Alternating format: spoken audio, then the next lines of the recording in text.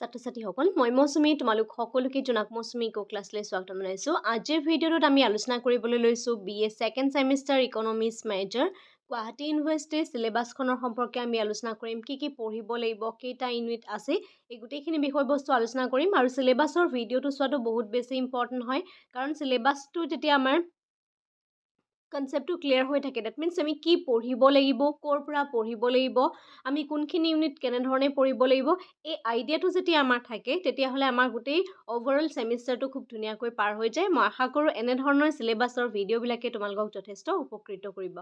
এতিয়া আহিছোঁ আজি আমাৰ চিলেবাছৰ ভিডিঅ'টোলৈ। গতিকে ইয়াত আমি ফাৰ্ষ্ট যোনটা ইউনিট আছে সেইটো ষ্টেটিষ্টিক্সৰ ইউনিট, ডেট মিনছ ইয়াত মেথছ আছে, আমি মেথছ কৰিব লাগিব ইউনিট নাম্বাৰ 1 and 2। আৰু ইউনিট নাম্বাৰ 3 and 4টো যদি আমি কওঁ, তাত আমি ইউনিট নাম্বাৰ 3টো ডেভেলপমেণ্ট ইকনমিক্সৰ কনচেপ্ট কিছুমান আছে। ইউনিট নাম্বাৰ 4টোত ডেভেলপমেণ্ট ইকনমিক্সৰ লগতে কিছুমান ফাইনেন্সিয়েল কনচেপ্ট আছে। ফাইনেন্সিয়েল ডেট মিনছ মানিটাৰী ইকনমিক্স তুমি ধৰা, বা ফাইনেন্সিয়েল পাৰপাজত কিছুমান কনচেপ্ট আমি মেক্ৰ' ইকনমিক্সতো পঢ়িবলৈ পাওঁ, ঠিক আছে। আৰু ইউনিট নাম্বাৰ 5টো আছে ইণ্ডিয়ান ইকনমি। এই পেপাৰখনৰ যি 5টা ইউনিট আছে, ইউনিটকেইটা মন কৰিবলগীয়া কথাটো হৈছে ইউনিট নাম্বাৰ 1 and 2 যথেষ্ট স্ক'ৰিং ইউনিট হয়, কাৰণ মেথছখিনি কনচেপ্ট ক্লিয়াৰ হ'লে, মেথছখিনি কৰিব পাৰিলে ভালদৰে আমি মাৰ্কছ পাওঁ। ইউনিট নাম্বাৰ 3টোও ভাল হয়, ভাল ইউনিটেই হয়, ধুনীয়াকৈ লিখিলে তোমালোকে নোটছ বনাবা, প্ৰপাৰ নোটছ বনাই ভালদৰে লিখিবা। কিন্তু ইউনিট নাম্বাৰ 5টো এনেকুৱা এটা ইউনিট হয় যোনটো ইউনিটত কিছুমান কনচেপ্ট তোমালোকে মুখস্থ কৰিব লাগিব। মই কেতিয়াও সাধাৰণতে ইকনমিক্স মুখস্থ কৰিবলৈ কেতিয়াও নকওঁ, কাৰণ ইকনমিক্সটো আমি বুজি পাব লাগিব। যেতিয়ালৈকে তোমালোকে নুবুজা তেতিয়ালৈকে ইকনমিক্স কোনো দিনেই ক্লিয়াৰ নহয়, কাৰণ ভৱিষ্যতে তোমালোকে যিহেতু মেজৰ লৈছা বা কাৰোবাৰ মাইনৰ ছাবজেক্টটো আছে ইকনমিক্সৰ, কিন্তু তোমালোকে ভৱিষ্যতে ইকনমিক্স ৰিলেটেড বিভিন্ন ধৰণৰ পৰীক্ষাবিলাক যেতিয়া দিবাগৈ, তেতিয়া কিন্তু কনচেপ্টহে তোমালোকৰ পাৱাৰ হ'ব। কিন্তু ইণ্ডিয়ান ইকনমি এনেকুৱা কিছুমান কনচেপ্ট আছে যিখিনি আমি মুখস্থ কৰিব লাগিব, যেনেধৰণে ইউনিট নাম্বাৰ 5। ইউনিট নাম্বাৰ 5ত যে ট্ৰেণ্ড বুলি দি থোৱা আছে, যেনে ট্ৰেণ্ড, নেশ্যনেল ইনকাম পাৰ কেপিটা, এইবিলাক আমি কিছুমান ডাটা মেনশ্যন কৰিব লাগে। কাৰণ ডাটাখিনিতো অবভিয়াছলি আমি মনত ৰাখিবই লাগিব, আমি নিজে বনাই কেতিয়াও লিখিব নোৱাৰোঁ। যিখিনি ৰিয়েল ডাটা হয় সেইখিনি ভৰাবই লাগিব, এক্সামত লিখিবই লাগিব। সেইকাৰণেহে কৈছোঁ ইউনিট নাম্বাৰ 5ৰ কিছু কনচেপ্ট আছে, সেই কনচেপ্টখিনি আমি ভালদৰে লিখিব লাগিব আৰু প্ৰপাৰ নোটছ বনাই সেইখিনি লিখিব লাগিব। আৰু ইউনিট নাম্বাৰ 5টো ভালদৰে নোটছ বনাবা, কাৰণ এই 4টা ইউনিটৰ ভিতৰত ইউনিট নাম্বাৰ 5টোৱে এটা ইউনিট হয় যোনটো স্ক'ৰিং নহয়। যদি তুমি এনেই ধৰা দেখাত ইজি নিচিনা লাগে, কিন্তু পৰীক্ষা তেনেধৰণে ওপৰে লিখি থৈ আহিলে মাৰ্কছ নাপায়। আমি টু দা পইণ্টত কুৱেশ্যন আনচাৰ লিখিব লাগিব, য'ত ডাটা মেনশ্যন কৰিব লাগিব, ঠিক আছে। সেইখিনি কথা প্ৰথমতে কৈ দিছোঁ, যাতে তোমালোকৰ গোটেই ছেমিষ্টাৰটো তোমালোকে অভাৰঅল নোটছ বনাবলৈ সুবিধা হ'ব, পঢ়িবলৈ সুবিধা হ'ব। আৰু যদি আমাৰ কোৰ্চত জইন হ'ব বিচাৰিছা, আমাৰ স্ক্ৰীনত যোনটো হোৱাটছএপ নাম্বাৰ আছে তাত তোমালোকে কণ্টেক্ট কৰিব পাৰিবা। ইয়াৰ আগতে আমি ফাৰ্ষ্ট ছেমিষ্টাৰ ষ্টাৰ্ট কৰিছিলোঁ। মই আশা কৰোঁ যিমানখিনি ছাত্ৰ ছাত্ৰী আমাৰ লগত জড়িত হৈছে সকলোৰে এক্সাম ভাল হৈছে নিশ্চয়, কাৰণ যিখিনি কৰাইছোঁ সেইখিনিৰ ভিতৰতে কুৱেশ্যন আহিছে। এতিয়া ফাৰ্ষ্ট যোনটো ইউনিট আছে ষ্টেটিষ্টিক্সৰ ইউনিট আছে, basic data collection, the primary and secondary data, the census versus sample service. ইয়াত ডিফাৰেঞ্চটো বহুত বেছি ইম্পৰ্টেণ্ট ইউনিট নাম্বাৰ 1ত। এতিয়া ইয়াত difference between the population and sample, আৰু population parameters and sample statistic, সেইটো ডিফাৰেঞ্চ লাগে। Principal step in sample survey, method of sampling, random sampling. এই যে চেম্পলিংবিলাক আছে, এই চেম্পলিংবিলাক তোমালোকে হয়তো আগতে পাই আহিছা, কিছুমান যাৰ মেথছৰ বেকগ্ৰাউণ্ড আছিলে বা ষ্টেটিষ্টিক্সৰ বেকগ্ৰাউণ্ড আছিলে হায়াৰ ছেকেণ্ডেৰী, তেওঁলোকে পাই আহিছা। আদাৰৱাইজ এইখিনি তোমালোকে নোটছ হয়, ঠিক আছে। গতিকে এই যিখিনি কনচেপ্ট, এইখিনি থিয়ৰী পাৰ্টছ হয়। এই কনচেপ্টবিলাকত এইবিলাক তোমাৰ মেথছ নহয়, থিয়ৰী হয়। গতিকে এই ইউনিট নাম্বাৰ 1টোত মেথছো আমি লাগিব, আৰু মেথছৰ সমান্তৰালভাৱে থিয়ৰী পাৰ্টছটো ইম্পৰ্টেণ্ট হয়। এই ওপৰত যিখিনি কনচেপ্ট আছে সেই চেম্পলৰ, সেইখিনি হৈছে থিয়ৰী, ঠিক আছে। মই প্ৰথমতে সেইখিনি বস্তু ক্লিয়াৰ কৰি দিছোঁ, তোমালোকে লিখি লোৱা লাগিলে কোনখিনি বস্তু ক'ত ইম্পৰ্টেণ্ট হ'ব। Stratified multi stage and systematic random sampling. গতিকে এই গোটেই পাৰ্টছটো কমপ্লিট থিয়ৰী হয়। গতিকে থিয়ৰীখিনি তোমালোকে চাব লাগিব, ডিফাৰেঞ্চ লিখিব লাগিব থিয়ৰীবিলাকৰ। সেই থিয়ৰীবিলাকৰ কিছুমান ফিচাৰ্ছ আছে, প্ৰত্যেকটো থিয়ৰী এডভান্টেজ আছে, প্ৰত্যেকটো থিয়ৰী ডিছএডভান্টেজ আছে। গতিকে এই গোটেইখিনি বস্তু সামৰি পেলাই আমি এই পাৰ্টছটো পঢ়িব লাগিব, ঠিক আছে।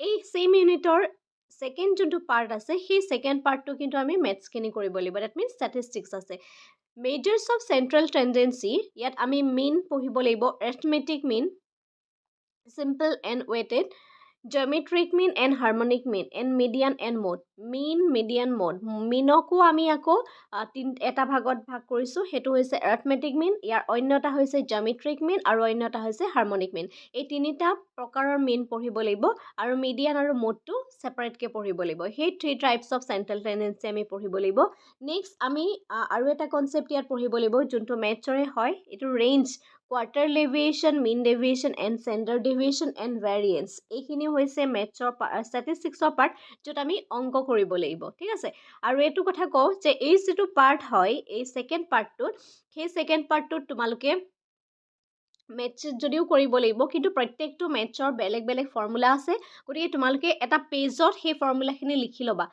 ঠিক আছে যাতে ইটোৰ লগত সিটোৰ অভাৰলেপিং যাতে কোনো কাৰণতে নহয় গতিকে থিয়ৰিখিনি লগত প্ৰত্যেকৰে কিছুমান ডেফিনেশ্যন আছে মেইন মিডিয়ান মোড প্ৰত্যেকৰে ডেফিনেশ্যন আছে প্ৰত্যেকৰে এডভান্টেজ ডিছএডভান্টেজ আছে প্ৰত্যেকৰে কিছুমান ফিচাৰ্ছ আছে আৰু প্ৰত্যেকৰে বেলেগ বেলেগ ফৰ্মুলা আছে ঠিক আছে গতিকে তোমালোকে ফৰ্মুলাখিনি লিখি ল'বা তেতিয়া তোমালোকৰ গোটেই ইউনিটটো কৰিবলৈ সুবিধা হ'ব নেক্সট ইউনিটটো হৈছে ইণ্ডেক্স নাম্বাৰ ইণ্ডেক্স নাম্বাৰত এইটো আমি থিয়ৰিও কৰিব লাগিব আৰু মেথছো আহে পৰীক্ষাত ঠিক আছে meaning and type construction using and limitation of index number cost of living index number consumer price index number for agriculture labour in India এইখিনিলৈকে আমি থিয়ৰিয়ে পঢ়িব লাগিব নেক্সটটো হৈছে consumer price index number for institutional worker in India concept only যদিও concept only বুলি কৈছে কিন্তু আমি প্ৰিভিয়াছ ইয়েৰ দেখিছোঁ যে ইয়াত মেথছো আহে গতিকে আমি এই ইউনিটটোৰ পৰা থিয়ৰি যিমান চাম তাৰ সমান্তৰালভাৱে মেথছখিনিও আমি চাব লাগিব ঠিক আছে ইউনিট নাম্বাৰ 3 যদি আমি চাওঁ তেতিয়াহ'লে ইকনমিক গ্ৰোথ এণ্ড ডেভেলপমেণ্ট আছে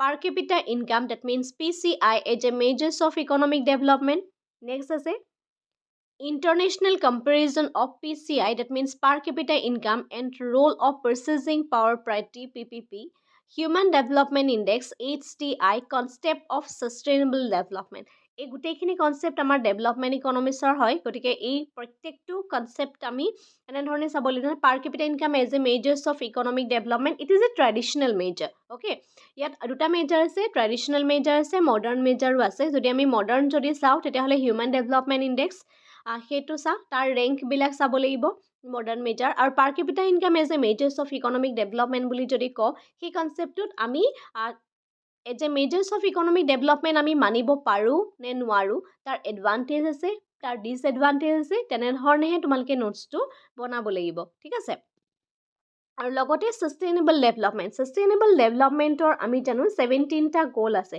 এই 17টা গ'ল আমি পঢ়িব লাগিব আৰু প্ৰত্যেকটো গ'ল মই তোমালোকক ট্ৰিক ৱাইজ কৈ যাম যে ইটোৰ পিছত সিটো আমি কেনেধৰণে মনত ৰাখিব লাগে কাৰণ তুমি 1 নম্বৰ গ'লটোত তুমি 10টো বহাই দিব নোৱাৰা হয়নে 2 নম্বৰ গ'লটোত তুমি 5টো বহাই দিব নোৱাৰা গ'ল নাম্বাৰ 1ত এটাই গ'ল আছে তেনেধৰণে 1ৰ পৰা 17লৈকে গ'ল আছে সেই গ'লখিনি আমি চাব লাগিব আৰু তাৰ কনচেপ্টটো আমি চাব লাগিব ঠিক আছে কনচেপ্টৰ লগতে গ'লকেইটাও মানে ইম্পৰ্টেণ্ট হৈ যায় নেক্সটটো হৈছে financial system and its function the formal and informal financial system, the components of financial system and their interdependence, relationship between the financial system and economic growth.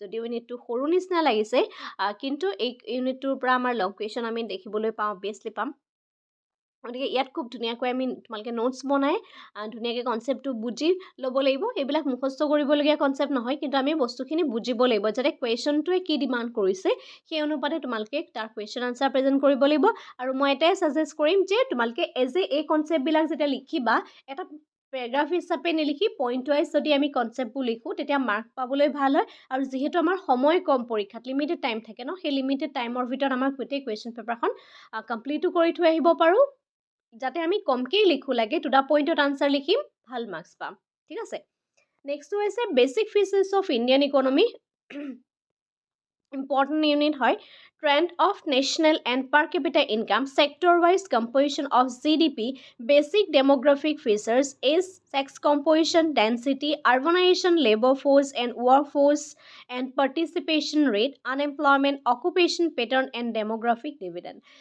এই কনচেপ্টটোৰ আমাৰ সম্পূৰ্ণ ডাটাবেছ এটা ইউনিট হয়। গতিকে যদিও আমি ফিচাৰখিনি লিখিম, কিন্তু প্ৰত্যেকটো ফিচাৰৰ লগত আমি ইয়াত ডাটা মেনশ্যন কৰিবই লাগিব। গতিকে ইউনিট নাম্বাৰ 5 এনেকুৱা এটা ইউনিট হয়, যোনটো ইউনিট তুমি দেখাত ইজি নিচিনা লাগে, কিন্তু ইউনিট নাম্বাৰ 5টো কেতিয়াও তোমালোকে ইগন'ৰ নকৰিবা। সাধাৰণতে ছাত্ৰ ছাত্ৰীসকলক দেখা যায় যে ইণ্ডিয়ান ইকনমি বা আছাম ইকনমি বা তোমালোকে পিছত পাবাগৈ সেইবোৰ পেপাৰখিনি ইজি হয়, ঠিক আছে। এই ইণ্ডিয়ান ইকনমিহে আমি দেখোন পাৰোঁৱেই এইবিলাক, হয়নে? তেনেকুৱা নিচিনাকৈ ভাবি লয়। গতিকে সেই ভবাটোৱে আচলতে শেষত তেওঁলোকৰ প্ৰব্লেম হয়। গতিকে সেইকাৰণে চেষ্টা কৰিবা কনচেপ্টবিলাক যে কোনটো ইউনিট আমি কেনেকুৱা ধৰণে পঢ়িব লাগিব সেইটো। আৰু বুক যদি কওঁ তেতিয়াহ'লে তোমালোকে যিকোনো ধৰণৰ SP গুপ্তা বা SC গুপ্তা বুকখন ল'ব পাৰা ইউনিট নাম্বাৰ 1 and 2 কাৰণে। আৰু বাকী যিখিনি বুক আছে তোমালোকে লাইব্ৰেৰীত গ'লেই ডেভেলপমেণ্টৰ বুক পাই যাবা। ইণ্ডিয়ান ইকনমি তোমালোকে PK ধৰৰ বুক চাব পাৰা, বা ৰমেশ সিঙৰ বুকখন তোমালোকে চাব পাৰা। তেনেধৰণৰ আচলতে আপডেট হৈ থাকিব লাগে। ইণ্ডিয়ান ইকনমি যেতিয়া ফিচাৰখিনি দিছে, গতিকে এই কনচেপ্টবিলাক আমি এনেধৰণে প্ৰেজেণ্ট কৰিব লাগিব যে তাত আমি লেটেষ্ট ডাটা তাত ইনক্লুড যদি কৰোঁ, তেতিয়া আমাৰ কি হয়, কুৱেশ্যনৰ প্ৰেজেণ্টেশ্যন ভাল হয় আৰু মাৰ্কছ পাবলৈ ভাল হয়। এনেধৰণে গোটেই ইউনিটকেইটা তোমালোকে প্ৰিপেয়াৰ কৰিবা। আই হোপ এইবাৰ তোমালোকৰ এক্সাম যথেষ্ট ভাল হ'ব। আৰু যদিহে আমাৰ কৰ্চত জইন হ'ব বিচাৰিছে, এডমিশ্যন অলৰেডি হৈ আছে আৰু তোমালোকে জইন হ'ব পাৰিবা। আজিলৈ ভিডিঅ'টো ইমানেই। ধন্যবাদ।